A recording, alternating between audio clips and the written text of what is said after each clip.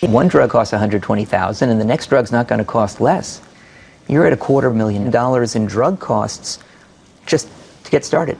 I do worry that people's fear and anxiety is being taken advantage of. And yes, it costs money to develop these drugs, but I do think the price is too high. We live in a society where, when medical care is considered, we like to think that everyone from the top on down, the researchers, the pharmaceutical companies, the doctors, the government, everyone is in line and is dedicated to not only seeking to improve our life, but to do so in a manner everyone can access and everyone can afford. We would like to think that. If we do, then we are kidding ourselves. And when we see what's happening at the moment with regard to cancer medication and its cost, we are faced with a stark and very sobering reality.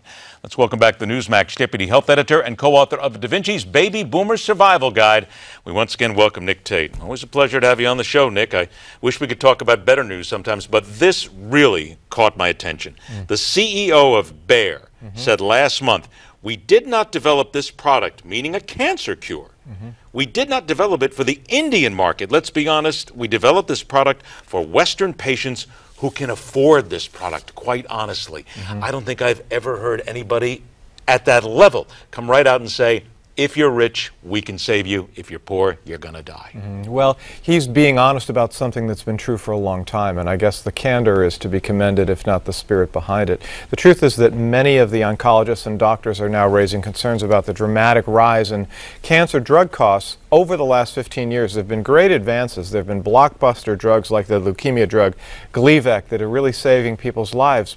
But the new research is showing that those drugs are going up by extraordinary amounts. In many cases, the analysis by MD Anderson Cancer Center this month and the American Society of Clinical Oncologists said that it can cost cancer patients as much as $10,000 to $30,000 a month for your cancer treatments and your cancer drugs.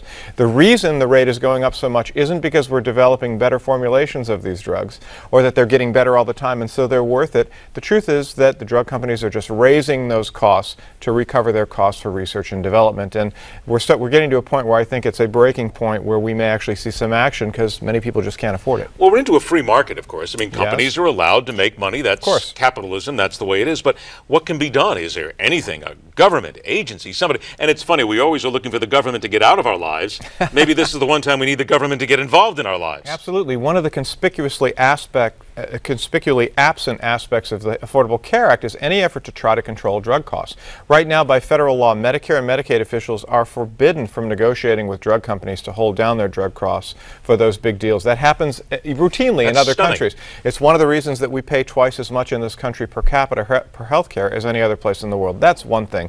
Secondly, we could make some efforts in reducing the red tape that required drug companies to jump through and get through to license and develop new drugs. It can take 10 years and cost billions of dollars to satisfy the FDA to get approvals for new drugs, which is why drug companies say they need to charge so much for them on the back end once they get marketed. That's two. Number three, though, there are some things that can absolutely be done to try to hold down those costs in terms of promoting things that are prevention for people, working with doctors in terms of drug assistance programs. So there are some things that you can do independent of the kinds of price controls that other national healthcare programs implement to try to put cost savings in place, and nobody's talking about it. So what is it the consumers can do then? Because I'm reading so many people who are just desperate. That's right. Well, if you're in a case where you can't afford your drugs, which is many as 1 in 3 cancer patients according to the new analyses, talk to your doctor about things like drug assistance programs where you can get help. There are government programs as well as drug company programs that can help you buy your drugs, and doing other things in terms of cost-saving measures. Your doctor, your cancer doctor is really your principal person to go there. And you know, as always, the message is the best way to get your biggest bang from your healthcare buck is to really be as healthy as possible. Take the anti-cancer recommendations seriously, eat a healthy diet, get regular exercise, go for those screenings to catch something early when it is treatable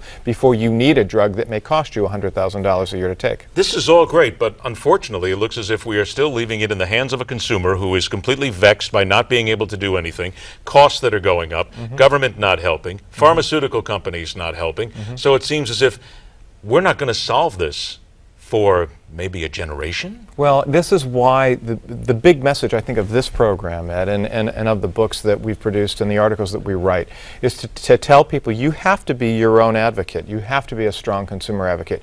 You can't count on the government to take care of you. You can't count on drug companies and the healthcare industry to take care of you. You need to make your smartest decision. So, information is power. Arm yourself.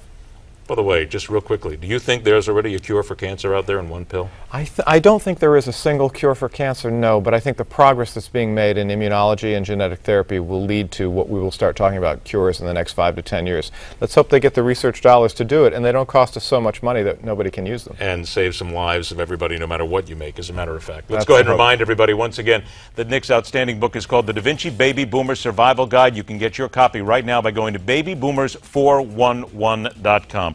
Always a pleasure, my friend. We'll talk to you again real soon. Coming up next, another side of the medical coin, babies and little blue pills. It's what they do to help the birth rate here in America. It's next, right here on MidPoint.